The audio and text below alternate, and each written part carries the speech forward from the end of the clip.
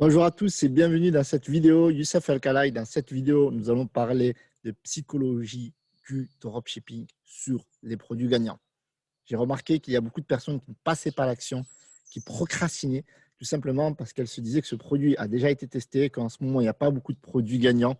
En effet, on approche de l'été et il y a beaucoup moins de produits gagnants qu'en période très chaude, à savoir pendant le Q4, pendant le Black Friday, pendant Noël, pendant la rentrée scolaire. Voilà, c'est vrai qu'à cette période-là, c'est plutôt chaud. Même le printemps, c'est très chaud. Et l'été, comme par hasard, ben, c'est beaucoup moins chaud alors qu'on est sur une saison qui est plutôt chaude.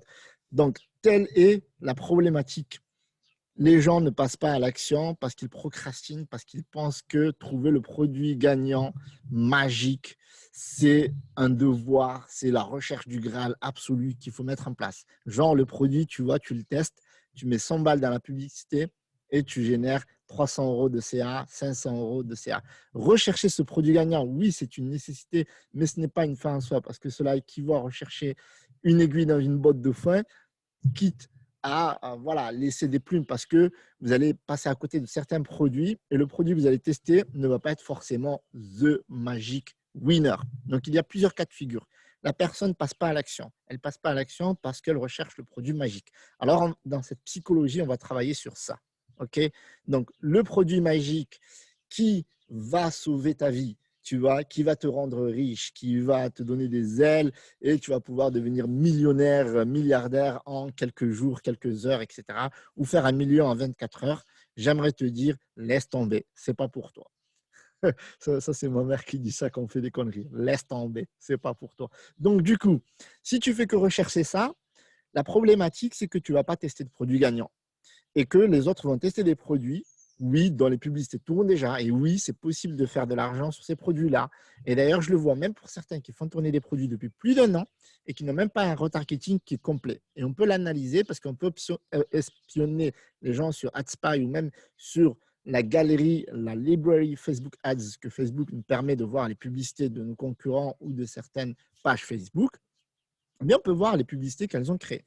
Et ça, il y a une certaine transparence. Et ça c'est plutôt cool. Donc, on peut voir les publicités que les personnes font, même après un an de testing. Et on voit que le retargeting n'est pas complet. Par exemple, le retargeting, il n'y a pas de carrousel, il n'y a pas de publicité story, format story. On peut voir aussi la page de vente. La page de vente n'a pas de bundle. On peut regarder aussi le panier. Sur le panier, il n'y a pas de produits proposés en upsell dans le panier. Il n'y a pas de produits et Dieu sait que j'achète des produits pour tester les funnels post-achat. Lifetime value, ils n'envoient jamais d'email marketing. J'en ai déjà eu beaucoup alors qu'ils envoient très peu de mails. Donc, si tu fais que la recherche pour le produit magique, tu passeras très peu à l'action. Okay, parce qu'en plus, tu vas certainement utiliser des outils payants et tu vas te dire, ouais, bah, celui-là, je l'ai vu, celui-là, ils l'ont vu, tout le monde l'a vu, etc. Alors que non, il faut créer une offre marketing, il faut se différencier de la concurrence, avoir un bon copywriting, proposer des produits dans le panier, avoir des bundles, donc forcément des produits complémentaires, des cross-sell, notamment avec Frequently Booked Together, avoir également des produits post-achat, une lifetime value, un vrai business. Donc, le dropshipping, c'est un business de ouf. J'aime bien les gens qui disent ouais, ben, le dropshipping, c'est facile, tu mets 50 balles de marge et ça va tourner, tu sais, les haters, tout ça. Alors que c'est vraiment un vrai business parce que ça t'apprend à vendre surtout le tunnel de vente, tu vois. Donc, pour moi, il faut mettre en place un processus, d'accord? Il faut tester régulièrement. Il faut tester tous les mois, il faut tester plusieurs produits. Parce que si tu ne testes pas plusieurs produits, tu n'auras pas de chance de tomber sur un bon produit gagnant. OK? Donc, ça, c'est vraiment un truc qu'il faut vraiment travailler. Créer un processus, 100, 200 euros. Si vous n'avez pas les datas que vous voulez, ben, vous laissez tomber, vous testez un autre produit et vous regardez un peu où sont les problèmes. Est-ce que les problèmes viennent de la publicité Facebook? Est-ce que les problèmes viennent de la boutique? Et vous ajustez, vous optimisez. Okay. Deuxième cas de figure. Je viens de trouver un produit gagnant, mais il est rentable que quelques jours et après, il s'épuise, il n'y a plus rien qui se passe, je ne comprends pas. C'est une problématique qui revient très souvent. Et pourquoi Facebook vous trouve des clients les premiers jours et pas les suivants? C'est une grande énigme. Et si vous pensez que je vais la résoudre aujourd'hui, vous vous trompez.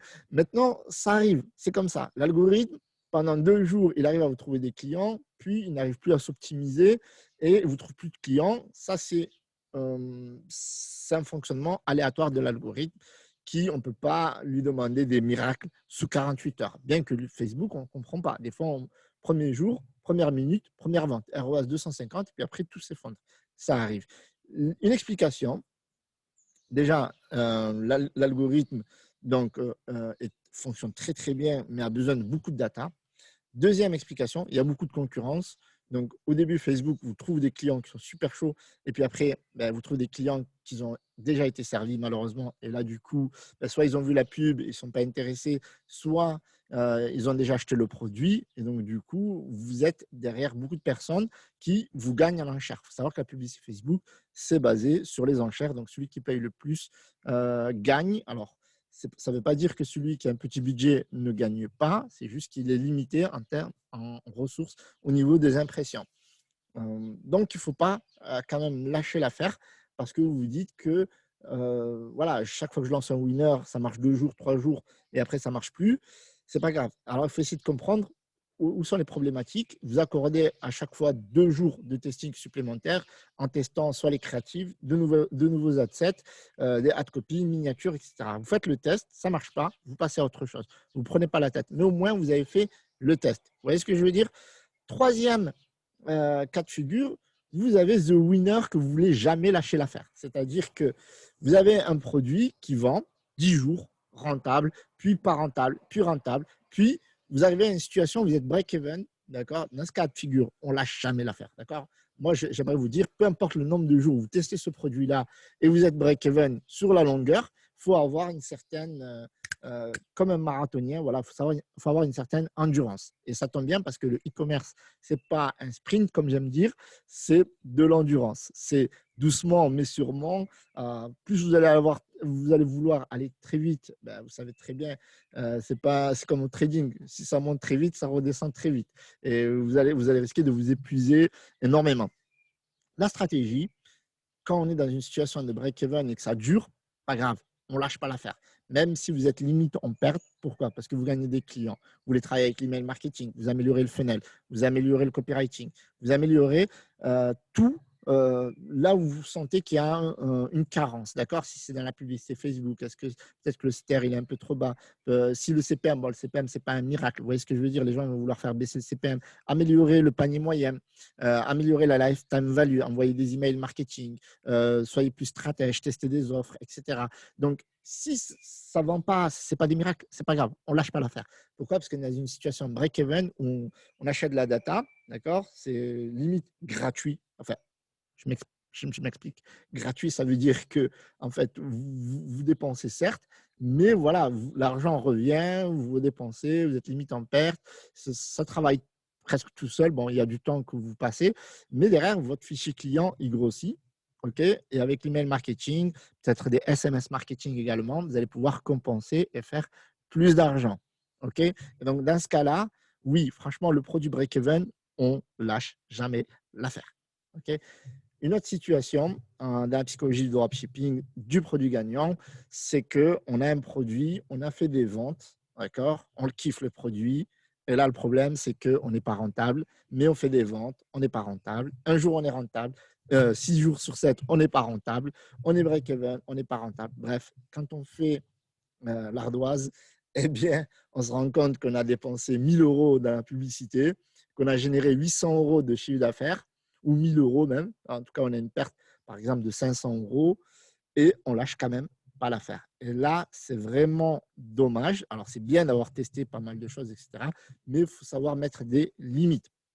Et les limites, vous pouvez créer des process de test. C'est-à-dire que pendant 2 jours, vous pouvez tester le funnel. Pendant 2 jours, vous pouvez tester la publicité. Donc, si vous dépensez 100 euros par jour dans la publicité, grosso modo, vous allez dépenser 400 euros maximum.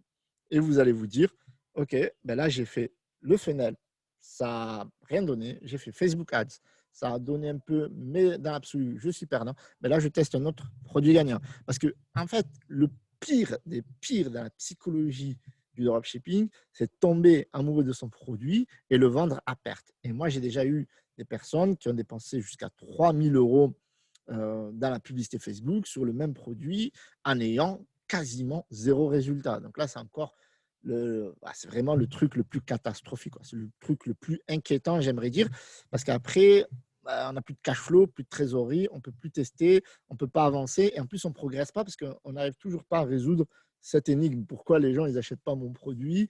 Et donc, du coup, lorsque vous allez faire d'autres testings, vous risquez de retomber dans ce même piège, en fait. Voilà. Et donc, du coup, c'est un cercle vicieux et vous allez vous attacher à des paramètres qui ne fonctionnent pas. Donc, pour moi, c'est très simple. Lorsque un produit n'est pas rentable autour de 200-300 euros, eh bien, on passe à autre chose. Voilà. Donc, on essaye d'améliorer, bien entendu, pendant, on kill des assets. Alors, améliorer les pubs, c'est un peu compliqué, mais ces 3 premiers jours, on kill des assets, on relance des assets, on coupe les pubs quand ça ne fonctionne pas rapidement, c'est-à-dire qu'on a un visiteur qui nous coûte 3 euros, c'est pas rentable, donc on va couper la pub, on peut relancer le lendemain, on reteste de nouveaux assets, etc. Donc, c'est un petit jeu comme ça pendant 3 jours. Et si vous voyez que ça ne fonctionne pas, dans ce cas-là, il faut tester un autre produit. Donc, il faut éviter de tomber dans ces pièges. Alors, ces pièges sont un peu délicats. Le cas de figure où on est break-even, eh bien ça, on ne lâche pas l'affaire. Le cas de figure où on est dans je cherche le produit miracle, on lâche l'affaire parce que ça n'existe. Ça peut exister, mais ça existe dans de très rares cas. Tu vois, c'est comme si tu recherchais de l'or dans un pays où il n'y a pas d'or, tu vois. Tu prends ton truc en France, tu vas chercher de l'or, tu vois. Enfin bref, voilà. Donc ça, c'est vraiment le truc. Il ne faut pas tomber dans ce piège de se dire que je recherche, tu vois, le chaos. Tu vois, un boxeur, s'il recherche le chaos à la fin, ben, soit il prend le chaos, soit il perd au point. Donc, nous, ce qui nous intéresse, ce n'est pas de chercher le chaos, c'est de gagner au point, tu vois. Troisième cas de figure, on tombe amoureux du produit, on s'abstine, de tomber dans ce cas de figure, mais on s'obstine à, à tester le même produit, on redépense, on tombe amoureux. Pour ça, le cas de figure, c'est souvent les gens qui disent moi, de toute façon, ce produit, je ne suis pas passionné pour, moi, je ne peux pas vendre les produits dont voilà, je ne suis pas passionné, etc. Je ne sais pas, moi, quelqu'un qui fait du tennis, il va vouloir absolument vendre des produits sur le tennis. Donc, ça, c'est vraiment dangereux. Et donc, un dernier cas de figure, d'accord, qui n'était pas prévu dans cette vidéo, mais je ne veux pas parler que des échecs, d'accord. Le cas de figure où on fait de l'argent. Et ça, c'est très important parce qu'il y a beaucoup de personnes qui font de l'argent et qui ne maîtrisent pas les aléas de la publicité Facebook. Donc, la publicité Facebook, c'est un levier, d'accord. Donc, quand on fait de l'argent, il faut utiliser d'autres leviers, trafic comme Google Ads notamment, mettre en place de l'email marketing avec Klaviyo, mettre du SMS Bump également, et surtout mettre en place le retargeting. Il y a des personnes qui ont dépensé jusqu'à 2 000, 3 000 euros que j'ai eu même en client dans le programme Mentoring Winner et qui n'avaient pas mis de retargeting en place. Et ça, vraiment, et en plus, elles se disent oui, je suis rentable, etc. Je ne sais pas si je dois mettre le retargeting, je n'ai pas assez de data. Alors, si tu dépenses 2 000 euros ou 3 000 euros dans la publicité, je suis désolé, tu as suffisamment de data pour mettre en place le retargeting et même les look-like en prime. Donc, il faut savoir bien processer dans tous ces cas de figure. Ok, les amis, donc mettez un petit pouce bleu si vous avez kiffé. C'est le retour du Youssef El Khalai. Attention là, abonnez-vous, activez la cloche de notification. On va essayer de refaire des lives.